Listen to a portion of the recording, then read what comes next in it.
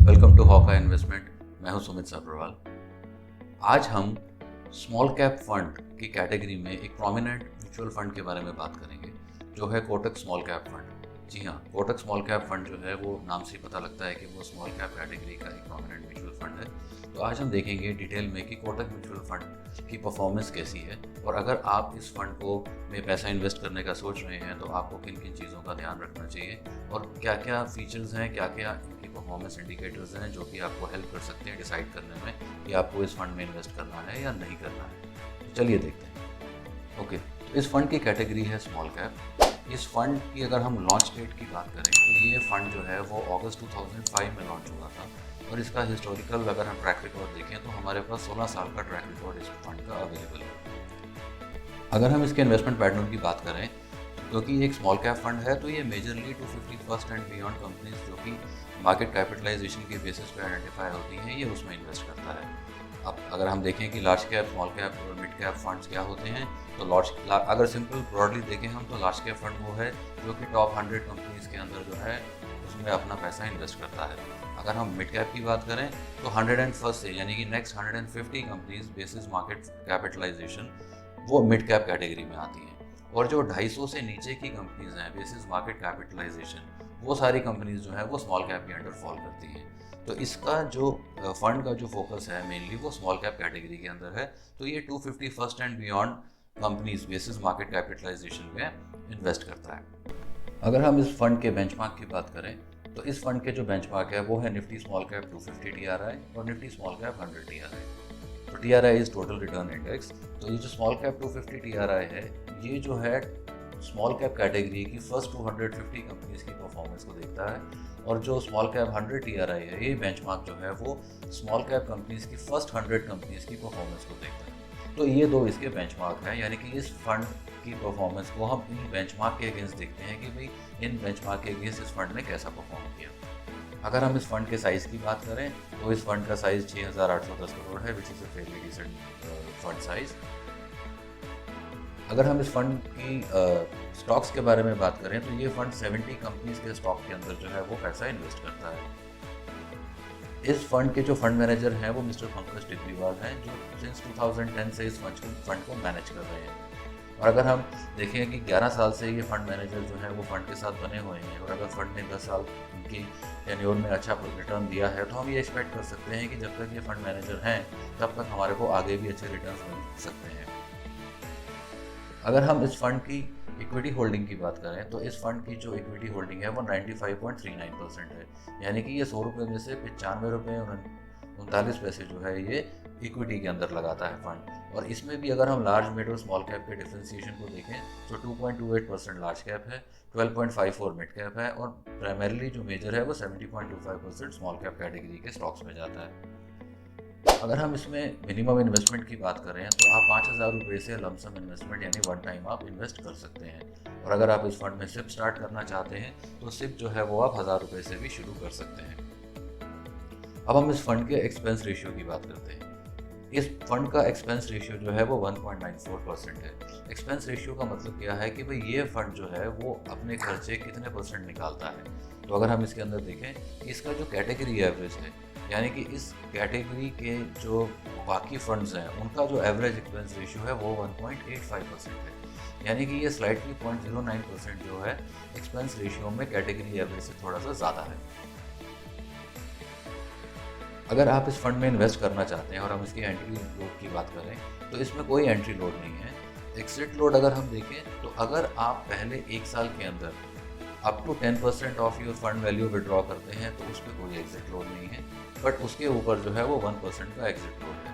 तो अगर आप 1 साल तक बने रहते हैं और उसके बाद विड्रॉ करते हैं तो इसके अंदर आपको कोई एग्जिट लोड नहीं पड़ता।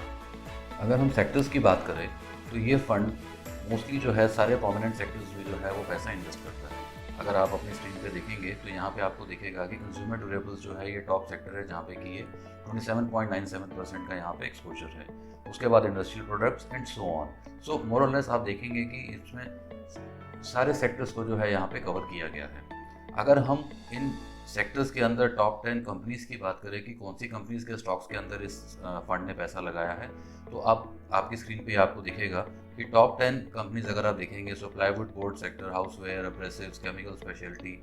सो Century Plyboards India private limited में इसका जो होल्डिंग है इस फंड का वो 5.46% है। और अगर आप 10th नंबर पे देखेंगे रत्नमानी मेटल्स एंड ट्यूब्स लिमिटेड, तो यहाँ पे भी जो है वो 2.5% का होल्डिंग है। तो आप देखेंगे कि टॉप 10 के अंदर जो होल्डिंग है वो 5.5% से लेकर 2.5% के बीच में है। और प्लस अगर आप ये देखेंगे कि 1 ईयर हाईएस्ट होल्डिंग और 1 ईयर लोएस्ट, यानी कि कितना कम और कितना ज़्यादा, तो हार्डली 1.5% का ही डिफरेंस है। तो यानी कि ये फंड जो है ये होल्डिंग्स को ज़्यादा जो है वो बाय और सेल के अंदर नहीं जाता, एंड प्लस ये ज़्यादा कॉन्सेंट्रेटेड भी किसी एक कंपनी के ऊपर नहीं है।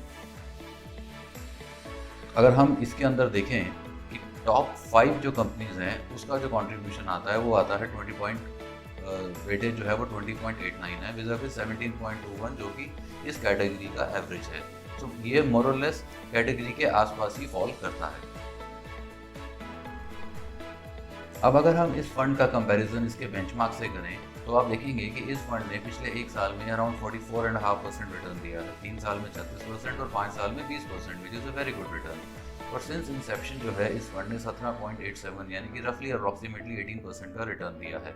और अगर आप इसका बेंचमार्क देखेंगे तो चाहे आप निफ्टी स्मॉल कैप 250 ले लें या फिर आप निफ्टी स्मॉल कैप 100 ले लें या निफ्टी 50 ले लें, तो तीनों ही बेंचमार्क को इसने 1 ईयर, 3 ईयर और 5 ईयर होराइजन में हैंड्स डाउन बीट किया है।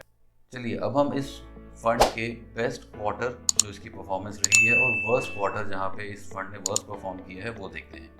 तो अगर हम बेस्ट क्वार्टर देखें तो 2014 का जो क्वार्टर था Q2 वो इसकी बेस्ट परफॉर्मेंस रही थी, और उसके बाद क्वार्टर 3 2020 का, जहाँ पे इस फंड ने 2014 में 27.5% रिटर्न दिया था, जो कि ऑलमोस्ट डबल देन निफ्टी 50 और निफ्टी 100 जो कि बेंचमार्क था। और अगर हम क्वार्टर 3 2020 देखें तो यहाँ पे भी इस फंड ने अराउंड 24% के आसपास रिटर्न दिया, जबकि इस पीरियड के अंदर निफ्टी 50 और निफ्टी 100 ने अराउंड 7.5% रिटर्न दिया। सो ये इसके बेस्ट क्वार्टर रहे। अगर हम इस फंड के वर्स्ट क्वार्टर की बात करें तो 2020 quarter 1 was the worst performance of this fund, and actually उस टाइम पे जो है वो सबका ही वर्स्ट परफॉर्मेंस था। आपकी स्क्रीन पे दिख रहा होगा कि ऑलमोस्ट सभी ने जो है इस कैटेगरी ने और प्लस निफ्टी 50 और निफ्टी 100 ने भी ऑलमोस्ट 28-29% का नेगेटिव रिटर्न दिया। और अगर हम क्वार्टर 2 2018 देखें तो इस फंड ने अराउंड 10.78% का जो है नेगेटिव रिटर्न दिया, जबकि ऑन द कॉन्ट्ररी निफ्टी 50 और निफ्टी 100 ने जो है 4 और 3% का पॉजिटिव रिटर्न दिया। अब हम बात करते हैं इस फंड के रिस्क रेशियोज के बारे में। तो अगर हम रिस्क रेशियोज देखें तो सबसे पहले हम बात करते हैं स्टैंडर्ड डेविएशन। अब इसका स्टैंडर्ड डेविएशन 27.29 है, which is higher than the category average which is 24.3%। So this makes this fund very volatile. अगर हम बीटा की बात करें तो इसका बीटा जो है वो 0.84 है, which is higher than the category average of 0.72। Sharpe ratio जो है वो 1.1 पे है, which is a very good sign, and which is more than the category average of 0.81%। अब ये शार्प रेशियो क्या होती है? शार्प रेशियो ये बताती है कि भाई रिस्क एडजस्टेड रिटर्न जो है इस फंड का कैसा है। तो अगर इस फंड ने अगर रिस्क लिया तो उस रिस्क के कॉरस्पॉन्डिंग इस फंड ने कितना रिटर्न जनरेट किया। और हम शार्प रेशियो को निकालते कैसे हैं कि जो इस फंड ने रिटर्न दिया उसमें से हम रिस्क फ्री रिटर्न को माइनस कर देते हैं और उसके बाद उसको हम उसके स्टैंडर्ड डेविएशन से डिवाइड करते हैं। और जो टेनोर रेशियो है वो भी 0.36 है, which is more than the category average, which is also a good sign. अगर हम मेन इसकी बात करें अल्फ़ा की, अल्फ़ा जो कि फंड मैनेजर की परफॉर्मेंस दिखाता है, तो इस फंड के मैनेजर ने through out the history of this fund alpha जो है वो पॉजिटिव दिया है, यानी कि इन्होंने कंसिस्टेंटली जो है वो बेंचमार्क को बीट किया है। तो अगर हम देखें यहाँ पे 11.35% का 11.35 का अल्फ़ा है, यानी कि अगर मार्केट ने 10% रिटर्न दिया है तो इस फंड ने जो है वो 21.35% रिटर्न दिया है, और कैटेगरी एवरेज जो है वो 5% है। तो चलिए हम देखते हैं कि अगर आपने इस फंड में 10,000 रुपये इन्वेस्ट किए होते तो, और लेट से अगर आपने सिंस इंसेप्शन स्टार्ट किया होता तो आज उन 10,000 रुपये की क्या वैल्यू होती। तो अगर हम इस टेबल में देखें कि अगर आपने सिंस इंसेप्शन अगर 10,000 रुपये डाले होते तो आज वो 1,63,380 रुपये बन जाते। और जो ये आपका जो एनुअलाइज रिटर्न आता वो आता 17.89% का, सो विच इज़ अ CAGR। और अगर हम कैटेगरी एवरेज बात करें तो कैटेगरी एवरेज ने जो है इस कैटेगरी का जो एवरेज रिटर्न है वो 19.84 है, so this fund's performance is close to the category average. But अगर आपने ये 10,000 रुपये इस फंड में ना लगा के अगर आपने इसके बेंचमार्क में लगाए होते तो उसकी वैल्यू क्या होती? तो आज उसकी वैल्यू होती 1,18,655 रुपये। और अगर सेम 10,000 रुपये आपने गोल्ड में इन्वेस्ट किया होते तो उन 10,000 रुपये जिससे आपने गोल्ड लिया था, आज उस गोल्ड की वैल्यू होती 60,893 रुपये। और अगर आपने यही 10,000 रुपये PPF में इन्वेस्ट किए होते तो उन 10,000 रुपये की वैल्यू होती 19,319 रुपये। और ये अगर आपने फिक्स डिपॉजिट में इन्वेस्ट किया होता तो इसकी वैल्यू होती 18,327 रुपये।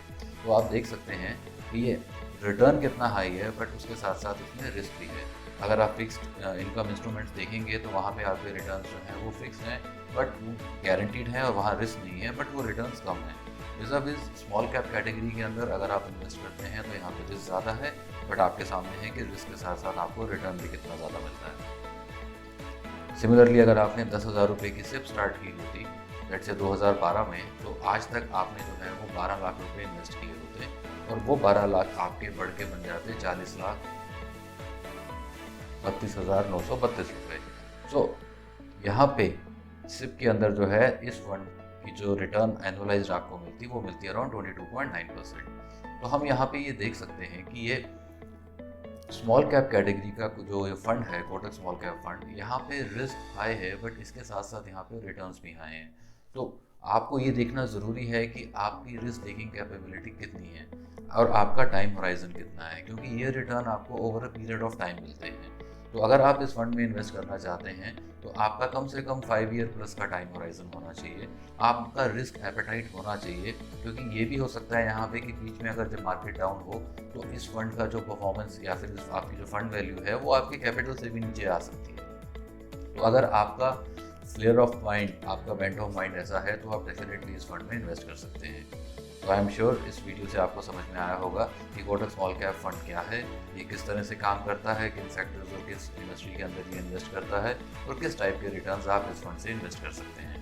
तो अगर आपको ये वीडियो पसंद आया तो प्लीज़ इस वीडियो को लाइक करना मत भूलिए और ऐसी इंटरेस्टिंग वीडियोज़ को देखने के लिए प्लीज़ आप हमारे चैनल को सब्सक्राइब करिए। Thank you for watching, have a nice day.